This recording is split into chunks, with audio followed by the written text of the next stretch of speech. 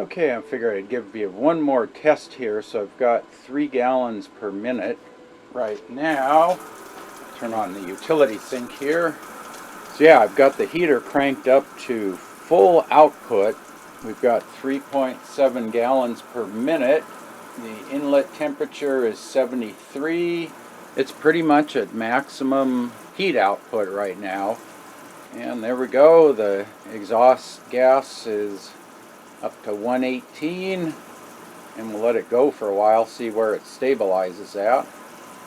See if the flow is staying.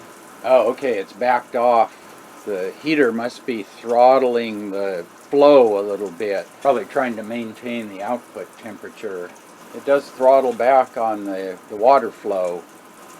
Getting up 124. Oh, there we go, 125. It's slowing down now, 126.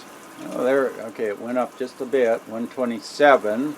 Now it's just going up a few tenths of a degree.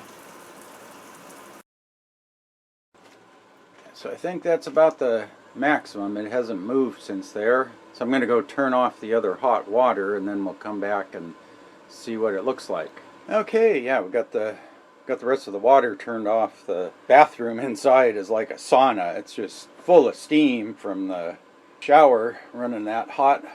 Just wanted to show you the exhaust gas temperature staying in range, and that was at maximum output for sure.